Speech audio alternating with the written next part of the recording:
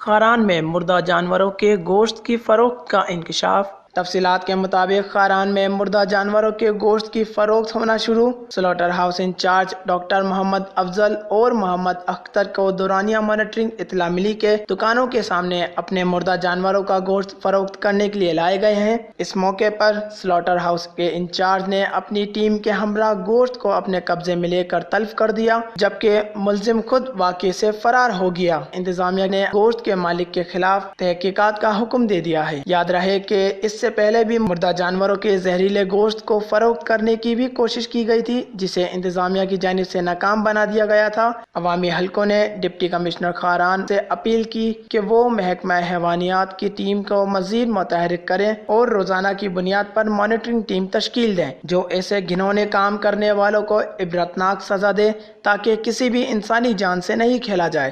وش news, Kharan.